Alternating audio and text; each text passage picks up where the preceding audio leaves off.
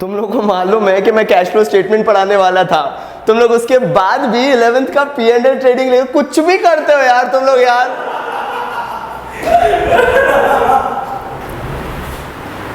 याद होंगे वो दिन जब प्रॉफिट एंड लॉस अकाउंट बनाया करते थे 11वीं कक्षा में, लेकिन कभी ध्यान नहीं दिया कि यार ये salaries, rent rates and taxes और बाकी इन सब में आखिर क्या डिफरेंस है, साथ में क्यों लेते हैं। यहां पे कभी ध्यान नहीं दिया कि इस इनकम का क्या इंपैक्ट पड़ता है। कैश फ्लो स्टेटमेंट वो चैप्टर है जिसके अंदर इसका इंपैक्ट पढ़ना है। तो अगर आता था ये पहले से तो बहुत अच्छी बात है, आपसे ज्ञानी कोई था ही नहीं, लेकिन अगर नहीं आता है तो चलिए सीखते हैं। मेरा नाम है आशीष चौधरी, आप देख रहे हैं commerce Baba. Today's topic is cash flow statement. Let's begin. Do you think this is your time?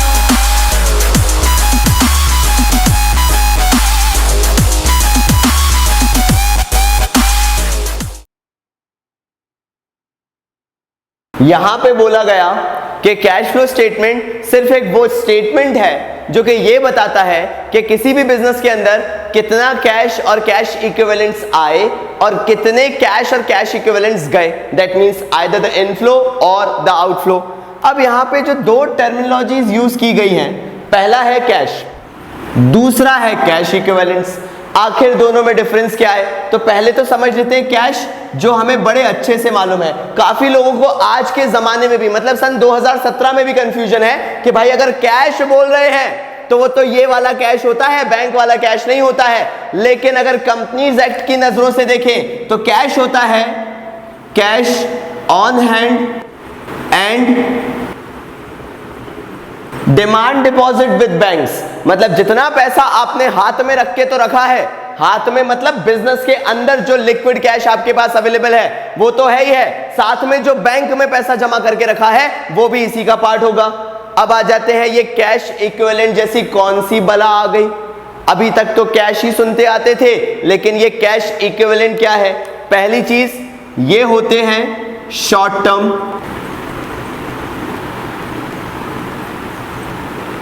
मतलब ये शॉर्ट टर्म होते हैं, हाईली लिक्विड होते हैं, इजीली कन्वर्टेबल इनटू कैश होते हैं in a period less than 3 months. मतलब हर वो चीज जो कि 3 महीने से कम में कैश के इक्विवेलेंट हो जाए, यानी इजीली कन्वर्टेबल हो जाए कैश में, वो कहलाते हैं कैश इक्विवेलेंट। भाई ये जितने आसान होते हैं कैश में कन्वर्ट करने के लिए, उतने ही ज्यादा रिस्की भी होते हैं। मतलब इसके अंदर अगर कोई एक पॉइंट और जोड़ना चाहें तो वो हम कह सकते हैं कि these cash equivalents carry very high degree of risk. तो क्या सीखा? कैश मतलब cash on hand and cash या डिमांड डिपॉजिट्स विद बैंक। उसके बाद क्या सीखा? कैश इक्विवेलेंट क्या होता है? शॉर्ट टर्म इन्वेस्टमेंट्स होते हैं, ये हाईली लिक्विड होते हैं, उसके बाद इजीली कन्वर्टेबल इनटू कैश होते हैं, finally in a period of less than 3 month ये कैश में कन्वर्ट हो सकते हैं। मतलब कैश इक्विवेलेंट वो तभी कहलाएगा जब वो 3 महीने से कम के वक्त में कैश के बराबर लाया जा सकता है। तो ये तो हो गया भाई कैश इक्विवेलेंट। अब ये भी देख लेते हैं कि कैश इक्विवेलेंट्स आखिर होते कौन कौन से हैं। तो देखते हैं कि आखिर वो कौन कौन से कैश एंड कैश इक्विवेलेंट्स हैं।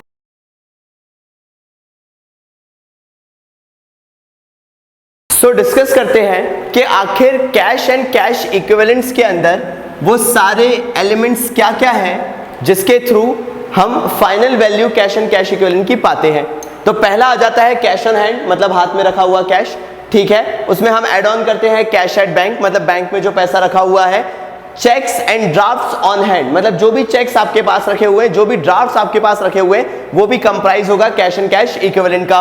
उसके बाद शॉर्ट टर्म इन्वेस्टमेंट्स, अगर मार्केट में बहुत शॉर्ट पीरियड के लिए आपने कोई इन्वेस्टमेंट करके रखा है, से for a period of less than 3 month, तो वो भी इसके अंदर काउंट होगा। लास्ट आ जाता है short term deposits with bank. अगर सेविंग पर्पज से किसी भी तरह से आपने बैंक में कुछ डिपॉजिट किया है पैसा for a very short period of time, तो वो भी कैश एंड कैश इक्विवेलेंट का पार्ट होगा। हम इस बात पे क्यों स्ट्रेस डाल रहे हैं? क्योंकि आपको पता होना चाहिए कैश फ्लो स्टेटमेंट करने से पहले ही कि आखिर कैश एंड कैश इक्विवेलेंट्स होते क्या हैं। क्योंकि कैश फ्लो स्टेटमेंट में जब तक आप इन सबको ऐड ऑन नहीं करेंगे तब तक आपका फाइनल आंसर आना ही नहीं है। तो पता तो हो कि भाई इसको करंट एसेट माने या फिर कैश एंड कैश इक्विवेलेंट माने। तो ये चीज नोट कर लो, बाद में कंफ्यूज मत होना कि ये करंट एसेट्स होंगे या कैश एंड कैश इक्विवेलेंट का पार्ट होंगे। तो अब देख लेते हैं कि अकाउंटिंग स्टैंडर्ड 3 जो रिवाइज्ड हो चुका है वो आखिर कैश फ्लो के लिए एक्टिविटीज को कैसे डिफाइन करता है। So as per accounting standard 3 cash flow statement ये बोलता है कि अगर inflow and outflow of cash होगा तो वो 3 बेसिस पे होगा। जो पहला हम डिस्कस करने वाले हैं, तो भाई cash flow from operating activities होता क्या है। आप एक जूते चप्पल का बिजनेस रन कर रहे हो, तो जूते चप्पल को बनाने में जो भी खर्चा आएगा और जूते चप्पल को बेचकर जो इनकम होगी वो ऑपरेटिंग इनकम होगी, और जो खर्चा किया था वो ऑपरेटिंग एक्सपेंसेस होंगे। मतलब जो आपके बिजनेस की कोर इनकम है वही इनकम आपकी ऑपरेटिंग इनकम है, जो कोर खर्चे हैं वो आपके ऑपरेटिंग एक्सपेंसेस हैं। मतलब कहने का ये है that you have to directly relate your activities typically to your production. पिछले साल ट्रेडिंग अकाउंट बनाते थे, तो ट्रेडिंग अकाउंट में स्पेशली ऐसा क्या होता था, जो ट्रेडिंग अकाउंट होता था वो डायरेक्टली आपके प्रोडक्शन से रिलेटेड होता था और उसके अंदर सारी एक्टिविटीज ऑपरेटिंग एक्टिविटीज ही होती थी। सेल्स से लेके ओपनिंग स्टॉक से लेके परचेजेस से लेके वेजेस एंड सैलरीज जो आप देते थे वो सारी ऑपरेटिंग होती थी, और उससे जो मुनाफा आता था या ग्रॉस प्रॉफिट आता था वो ऑपरेशंस के थ्रू आता था। ये ऑपरेटिंग एक्टिविटीज का एक कोर है। एडवांटेज ये है इसमें जानने का कि आपको पता चलेगा कि आखिर बिजनेस में वो कौन सी एक्टिविटीज हैं जिसके थ्रू हम प्रॉफिट अर्न करते हैं by just carrying out the basic activities of the business.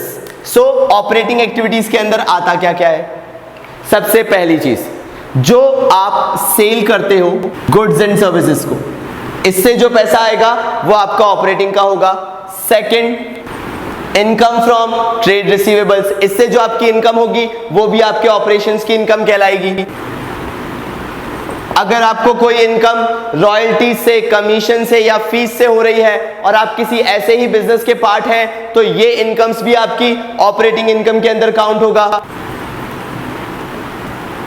अगर आप रॉ मटेरियल परचेज करते हैं, ट्रेड पेबल्स को पेमेंट करते हैं, तो ये सारे एक्सपेंसेस आपके ऑपरेटिंग एक्सपेंसेस के अंदर आएंगे। कहने का मतलब ये है कि ऑपरेशंस मतलब हो जाता है जो भी आप काम करते हैं। मैंने यहाँ पे बहुत अच्छे से क्लियर कर दिया है कि ऑपरेटिंग एक्टिविटीज आखिर होती क्या है। हमें पता चलेगा धीरे धीरे कि किस तरीके से हमें ऑपरेटिंग एक्टिविटीज को कैलकुलेट करना होता है, फाइंड आउट करना होता है। So let us start first with cash flow from operating activities. उसके बाद एज पर अकाउंटिंग स्टैंडर्ड 3 हम इन्वेस्टिंग निकालेंगे, फिर फाइनेंसिंग निकालेंगे एंड फिर एक फुल फ्लेजेड क्वेश्चन करेंगे। Let's start with cash flow from operating activities. सबसे बड़ी दुविधा कैश फ्लो चालू करते वक्त, हमारा श्री गणेश जो होता है कैश फ्लो स्टेटमेंट का, वो चालू होता है cash flow from operating activities से। और उसको चालू करने के लिए सबसे पहली चीज जो हमें लेनी पड़ती है वो लेना पड़ता है शुद्ध लाभ। अब ये जो शुद्ध लाभ होता है ये आखिर फाइंड आउट कैसे करें। मतलब हमें वो नेट प्रॉफिट चाहिए, ध्यान से देखना, वो नेट प्रॉफिट चाहिए जो ऑपरेटिंग एक्टिविटीज के थ्रू अर्न किया गया हो। मतलब जितनी भी इम्प्योरिटीज हैं वो सारी हटा दो। कैसी इम्प्योरिटीज मैं अभी आगे डिस्कस करूंगा, सुनते जाना बस।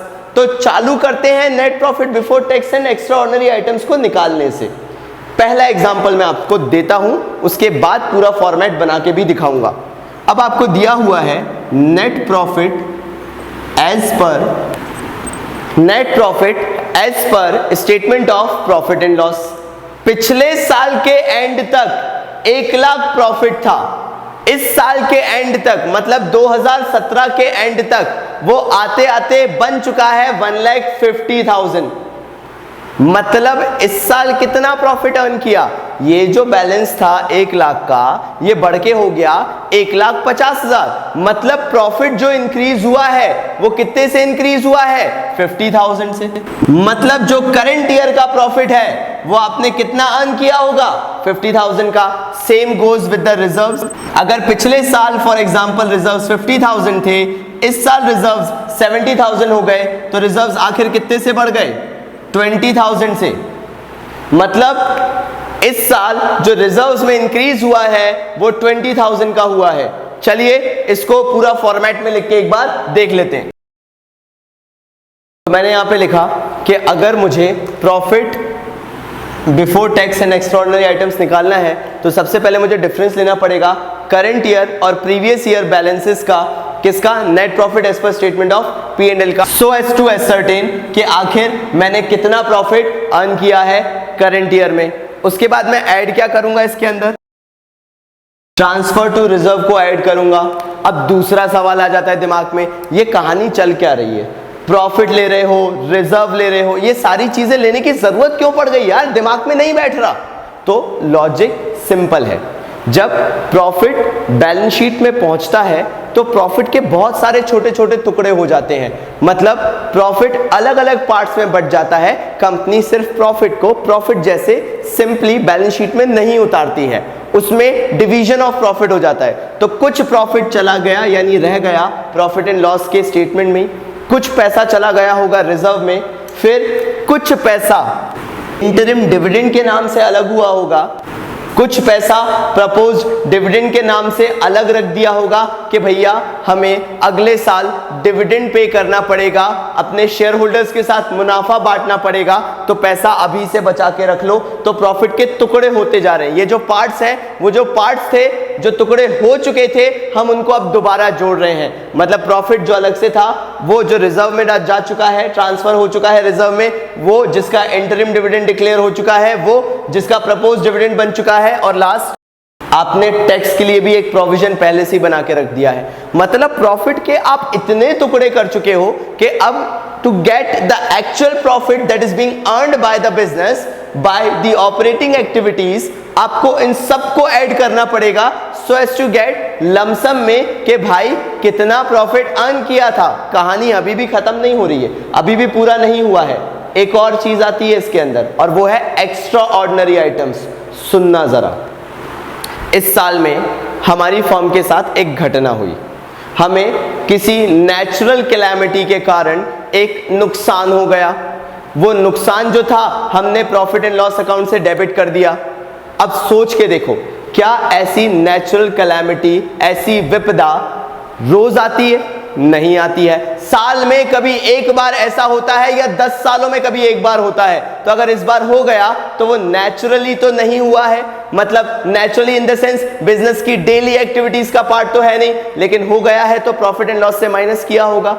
सो to get the natural profit by the natural activities, जो हमने वो डेबिट यानी वो जो नुकसान को माइनस किया था उसको दोबारा एड बैक करेंगे just to get the normal profit, क्योंकि वो एबनॉर्मल लॉस था।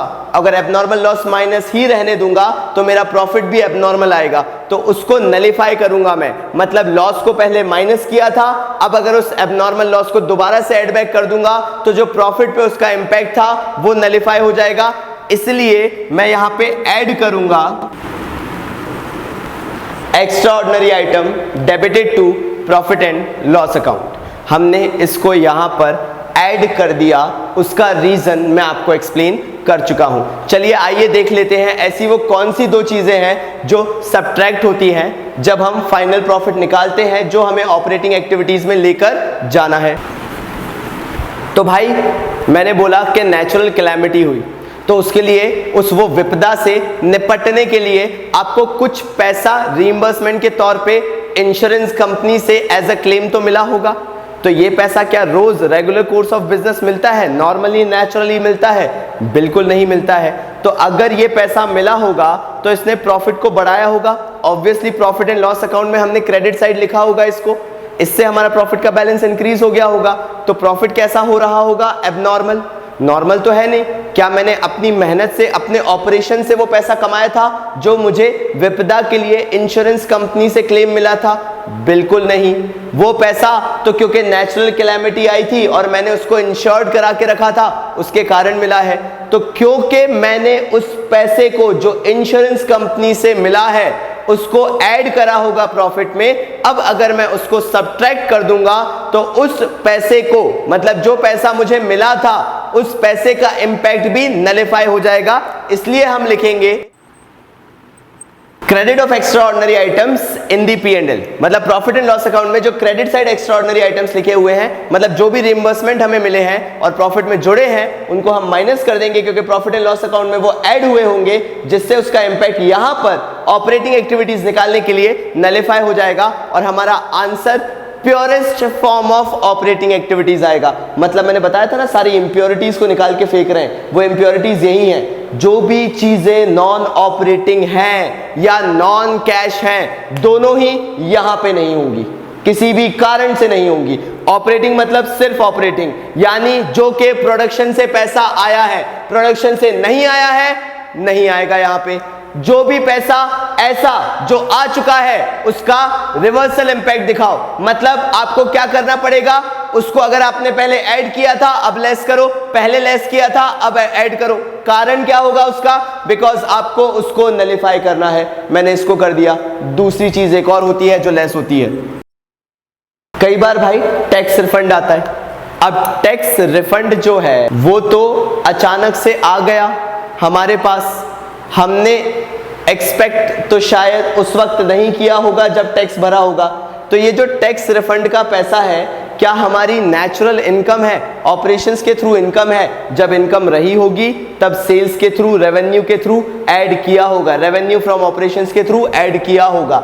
लेकिन अब जब ये दोबारा रिफंड होके आ रहा है और प्रॉफिट में जुड़ रहा है, तो क्या ऑपरेशंस का पार्ट है? बिल्कुल नहीं। लेकिन प्रॉफिट में P&L अकाउंट के अंदर क्रेडिट साइड प्रॉफिट के अंदर जुड़ा जरूर होगा। तो अब हमें क्या करना पड़ेगा, इसको नलिफाई करना पड़ेगा। अगर P&L अकाउंट में ये क्रेडिट होके ऐड हुआ था तो अब हम यहाँ पे इसको क्या कर देंगे, लेस, जिससे इसका इंपैक्ट क्या हो जाएगा, नलिफाई। आपको याद रखना पड़ेगा, कैश फ्लो स्टेटमेंट के अंदर जितने भी नेगेटिव आइटम्स आते हैं उन्हें अंडर ब्रैकेट लिखते हैं। तो चलिए एक बार रिवाइज करते हैं कि हमने क्या क्या किया। To get the net profit under operating activities, सबसे पहले हमने करंट ईयर और प्रीवियस ईयर के प्रॉफिट्स का, यानी balance as per profit and loss statement जो दिया हुआ था उसका डिफरेंस लिया। ट्रांसफर जो रिजर्व में किया उसका भी डिफरेंस उठा के लिखा। उसके बाद जो करंट ईयर में इंटरिम डिविडेंड ले रहे थे उसको इसमें ऐड कर दिया। फिर प्रपोज डिविडेंड जो आपने अगले साल के लिए करके रखा है करंट ईयर का, वो आप क्या करेंगे, इसमें ऐड करेंगे। प्रपोज्ड डिविडेंड को आप करंट ईयर का ही क्यों ऐड करेंगे, क्योंकि करंट ईयर में अगर आपने प्रपोज किया है तो करंट ईयर के प्रॉफिट से वो पैसा निकाला होगा, इसलिए सिर्फ करंट ईयर का लेते हैं, ना कि डिफरेंस लेते हैं। याद रखिएगा, propose dividend of current year, interim dividend of current year, जो डिफरेंसेस हैं वो सिर्फ दो के लेते हैं। कौन से दो के लेते हैं? पहला स्टेटमेंट ऑफ P&L, दूसरा ट्रांसफर टू रिजर्व। उसके बाद आते हैं क्या करना है, उसके बाद हम क्या करेंगे, हमने क्या क्या ले लिया, statement of P&L, transfer to reserve, interim dividend, propose dividend. Next आता है provision for tax. Provision for tax भी हम कौन सा लेंगे, करंट ईयर का लेंगे, क्योंकि करंट ईयर के प्रॉफिट से करंट ईयर का प्रोविजन बनाते हैं, तो करंट ईयर के प्रॉफिट पे इंपैक्ट पड़ रहा है, इसलिए करंट ईयर का प्रोविजन भी ऐड बैक करेंगे।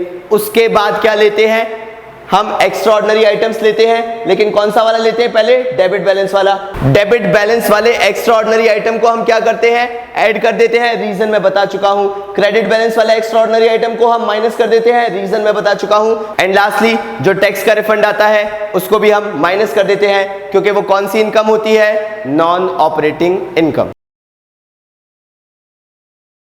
तो आइए शुरू करते हैं cash flow from operating activities से कैश फ्लो स्टेटमेंट को बनाने की। हम ऑपरेटिंग एक्टिविटीज को शुरू करेंगे उस प्रॉफिट के साथ जो हमने अभी कैलकुलेट करके फाइंड आउट किया है। तो वो जो प्रॉफिट आया वो कहलाया net profit before tax and extra ordinary items. तो हमने उस प्रॉफिट को लिख दिया। अब अभी भी ये प्रॉफिट पूरी तरीके से सही नहीं है, बिकॉज याद करिए वही पुरानी फीचर फिल्म जो शुरुआत में दिखाई थी उसमें क्लियरली दिख रहा था कि जो प्रॉफिट एंड लॉस स्टेटमेंट दिया हुआ था उसके अंदर काफी सारी ऐसी चीजें थी जो कि या तो नॉन कैश थी या तो नॉन ऑपरेटिंग नेचर की थी। तो हमें उन एक्सपेंसेस को जो कि नॉन कैश नॉन ऑपरेटिंग होते हैं उनको ऐड करना पड़ता है, और वो इनकम जो कि नॉन ऑपरेटिंग इनकम्स होती है उनको माइनस करना पड़ता है। पहले मैं लिखूंगा, उसके बाद समझाऊंगा कि आखिर उसका रीजन क्या है। अब इसके अंदर क्या इंक्लूड कर रहे हैं हम, देखिए क्या होता है, जब आप प्रॉफिट एंड लॉस अकाउंट बनाते हैं तो उसके अंदर आप डेप्रिसिएशन डेबिट साइड लेते हैं, मतलब प्रॉफिट में से डेप्रिसिएशन का पैसा माइनस कर रहे हैं। अमोर्टाइजेशन ऑन गुडविल या amortisation of goodwill, patents, trademark. Amortisation मतलब जब इनटेंजिबल एसेट्स की वैल्यू में फॉल आता है तो वो अमोर्टाइजेशन कहलाता है। गुडविल की वैल्यू में फॉल आ रहा है, पेटेंट्स की वैल्यू में फॉल आ रहा है या ट्रेडमार्क की वैल्यू में फॉल आ रहा है, क्योंकि वैल्यू में फॉल आ रहा है, yes it will reduce the total amount of profit, तो हम वहां प्रॉफिट एंड लॉस अकाउंट में इसको भी माइनस करते हैं। फिर अगर हमें नुकसान हो जाता है कोई भी फिक्स एसेट को सेल करते हुए, तो याद करिए ग्रेड 11th रिलेट कर सकते हैं आप कि उसको भी आप डेबिट साइड लिखते थे। अब अगर आप बैंक को इंटरेस्ट दे रहे हैं ओवरड्राफ्ट पे, कैश क्रेडिट पे या फिर शॉर्ट टर्म या लॉन्ग टर्म लोन्स पे, मतलब बोरोइंग्स पे, तो वो भी आप माइनस करते थे क्योंकि खर्चा तो वो भी होता था। लेकिन cash flow from operating activities कहता है कि भाई उन्हीं खर्चों को माइनस करके प्रॉफिट लो जो खर्चे एक्चुअल में ऑपरेशन से रिलेटेड हैं। ये तो सारे नॉन ऑपरेटिंग नेचर के हैं, नहीं सारे नहीं हैं। जैसे डेप्रिसिएशन होता ऑपरेटिंग है, क्यों? क्योंकि कहीं ना कहीं डेप्रिसिएशन तब लगता है जब प्रोडक्शन कैरी ऑन होता है, लेकिन इसका नेचर कैसा होता है? Non cash. और ऑपरेटिंग एक्टिविटीज का कैश फ्लो ये कहता है कि कोई भी नॉन कैश आइटम इसके अंदर नहीं लिया जाएगा। तो डेप्रिसिएशन उस वक्त नेट प्रॉफिट निकालते वक्त माइनस किया गया था, तो उसको काउंटर बैलेंस करने के लिए, मतलब नलिफाई करने के लिए, वहां से अगर माइनस था तो यहां पे प्लस कर देंगे, तो डेप्रिसिएशन का जो भी इंपैक्ट था नेट प्रॉफिट पे वो नलिफाई हो जाएगा। सेम आता है amortisation of goodwill, patent and trademark का। ये भी कैसा आइटम होता है? नॉन कैश होता है, ऑब्वियसली नॉन ऑपरेटिंग भी होता है क्योंकि इसका प्रोडक्शन से कोई लेना देना नहीं होता है। तो ये भी क्या होगा? वहां पे प्रॉफिट एंड लॉस अकाउंट में सब्ट्रैक्ट हो चुका होगा। अगर हम यहां पे इसे ऐड बैक कर देंगे प्रॉफिट में, तो जो इसका इंपैक्ट था वो क्या हो जाएगा? Nullify. And that is the reason ये यहां पे ऐड हो रहा है। मतलब लॉजिक से काम करो, ऐसा नहीं है कि हवा में ऐड कर दिया क्योंकि हाँ भैया फॉर्मेट कहता है। लॉजिक क्या कहता है वो पता होना चाहिए। उसके बाद आता है loss on sale of fixed assets. अब भाई ये तो कहीं कैश में हुआ नहीं था ना, ये कैसा था? नॉन कैश आइटम था। तो ये भी जब हमने नेट प्रॉफिट निकाला होगा तब क्या किया होगा? माइनस। यहां पे क्या कर दिया? ऐड बैक, नलिफाई हो गया। अब जो इंटरेस्ट ऑन बैंक ओवरड्राफ्ट है, जो इंटरेस्ट ऑन बोरोइंग्स है, अगर हम इसको देखते हैं तो ये कैश पेमेंट्स हैं दोनों के दोनों, लेकिन नेचर क्या बन जाता है इनका? Non operating. मतलब इंटरेस्ट ऑन बैंक लोन दो या ना दो, इंटरेस्ट ऑन बैंक ओडी दो या ना दो, इसका ऑपरेशन से कोई भी लेना देना नहीं है।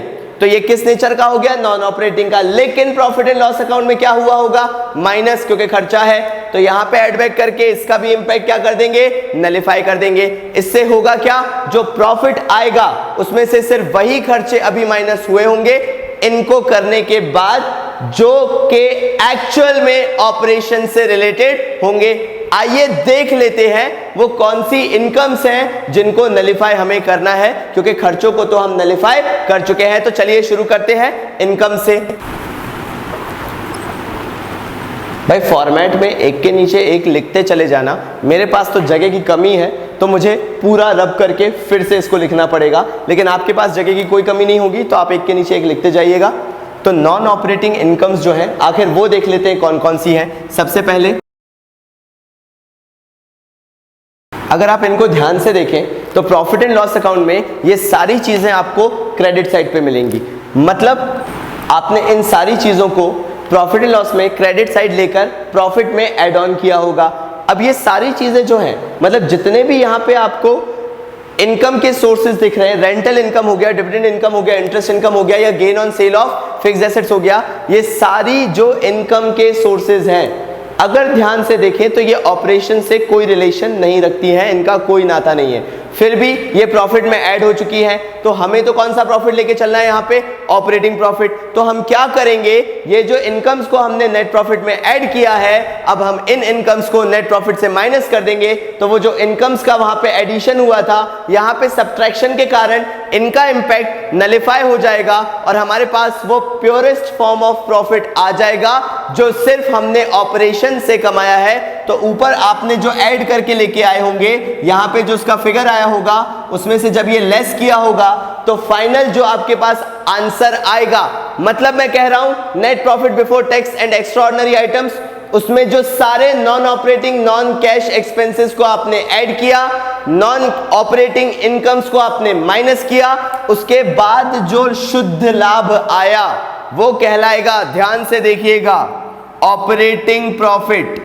मतलब इतने साम दाम दंड भेद करने के बाद हम अब उस प्रॉफिट को क्या नाम दे सकते हैं? Operating profit. और ऑपरेटिंग प्रॉफिट क्यों बोल सकते हैं? क्योंकि जितने भी नॉन ऑपरेटिंग और नॉन कैश आइटम्स थे हम उनको ऊपर ही नलिफाई कर चुके हैं। जो खर्चे वहां पे माइनस हुए थे यहां पे आके हमने ऐड कर दिया, और जो इनकम्स वहां पे ऐड हुई थी यहां पे आके हमने उसे माइनस कर दिया।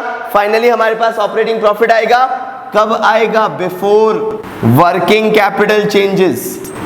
भाइयों और बंधुओं, डरना मत, मैंने यहां पे प्रोविजन फॉर डाउटफुल डेट को नहीं लिया है, और उसका एक कारण है, क्योंकि सीधे सीधे बोला जाता है कि प्रोविजन फॉर डाउटफुल डेट को आप एक करंट लायबिलिटी जैसे ट्रीट कर सकते हो और इसके बाद उसे ले सकते हो, तो हम उसको वहां पे लेके एडजस्ट कर देंगे, यहां पे लेने की जरूरत नहीं थी। अब मैंने यहां पे लिखा है operating profit before working capital changes, तो ऑपरेटिंग प्रॉफिट तो है क्योंकि पहले नेट प्रॉफिट था, लेकिन क्योंकि नॉन ऑपरेटिंग चीजों को हमने क्या कर दिया है? नलिफाई कर दिया है, तो जो प्रॉफिट लेफ्ट ओवर है वो कहलाएगा ऑपरेटिंग प्रॉफिट। अब ये बिफोर वर्किंग कैपिटल चेंजेस क्या है, चलिए इसको डिस्कस कर लेते हैं। सो हमारा आंसर आ चुका है operating profit before working capital changes.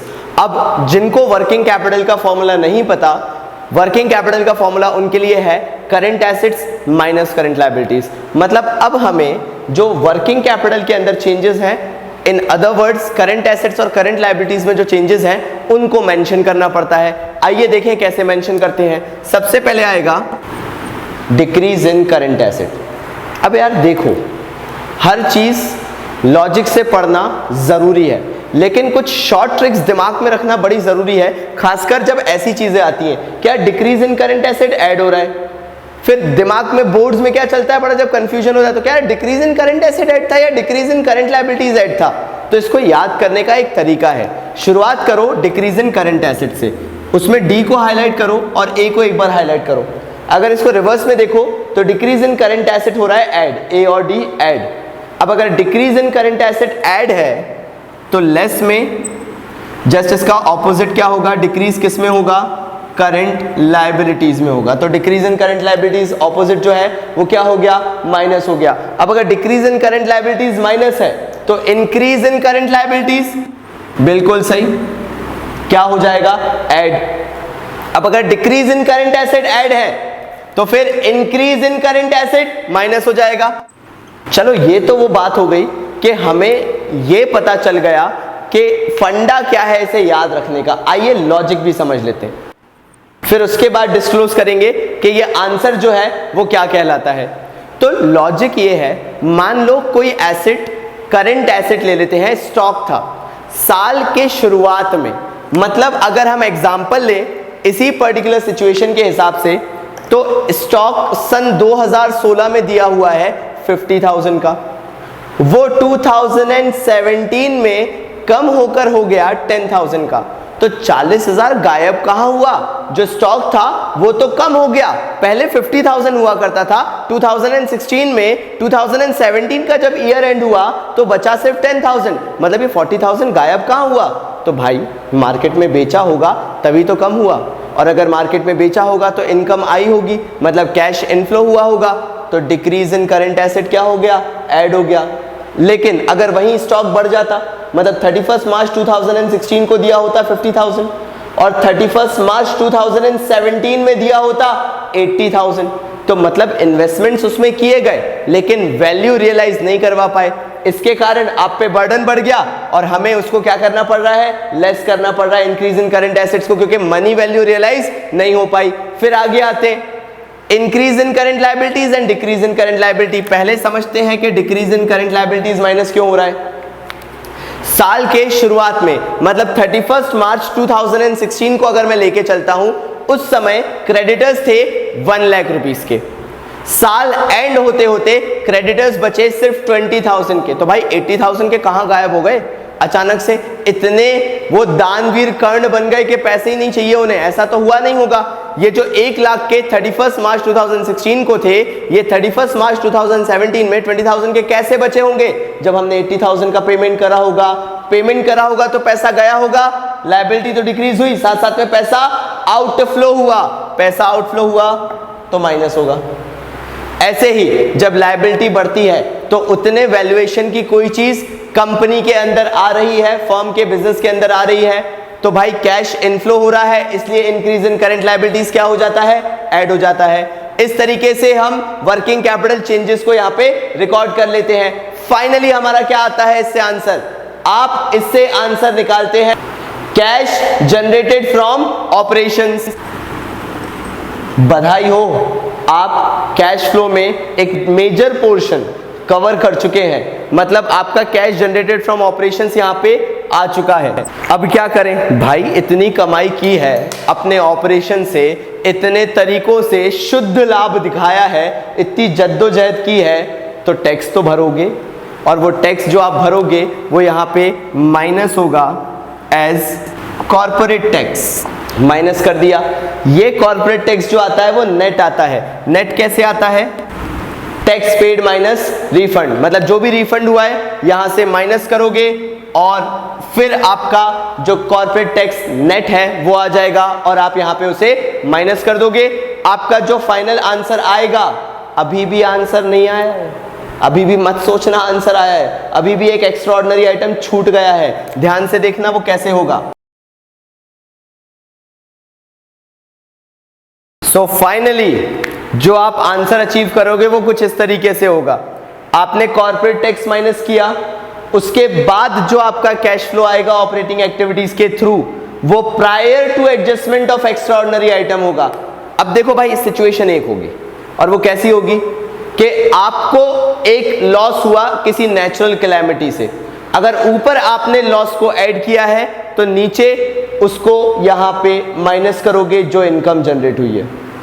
मतलब एक एडजस्टमेंट ऊपर आता है, दूसरा एडजस्टमेंट उसका नीचे आता है और उसका इंपैक्ट नलिफाई हो जाता है। तो एक्स्ट्राऑर्डिनरी आइटम जो है लास्ट में आप उसे क्या करोगे? या तो ऐड या तो सब्ट्रैक्ट, डिपेंड करता है कि आपने उसे ऊपर जब हम नेट प्रॉफिट निकाल रहे थे तब उसका एडजस्टमेंट क्या किया है। फाइनली जो आपका आंसर आता है वो आता है cash flow from operating activities either flow from और यूज्ड इन। मतलब आंसर अगर पॉजिटिव आया तो वो फ्लो फ्रॉम कहलाएगा, जैसा कि मैंने अभी लिखा हुआ है। लेकिन अगर आंसर आपका नेगेटिव आता है तो instead of flow from you will write used in operating activities. So this is it for today's class. In part 2 of cash flow statement series, we are going to solve certain practical problems related to cash flow from operating activities. If you dislike our video, hit that dislike button. But if you like our videos, hit the like button, subscribe to our channel to get all the latest updates and what is trending in commercebaba.in. Yes, if you have any suggestions, any queries, any feedback you want to share with us, comment down below to let us know. धन्यवाद। और हाँ, आखिर में वो जो subscribe के बगल में घंटा दिया हुआ है अपडेट के लिए, नोटिफिकेशन के लिए, बजाना मत भूलना।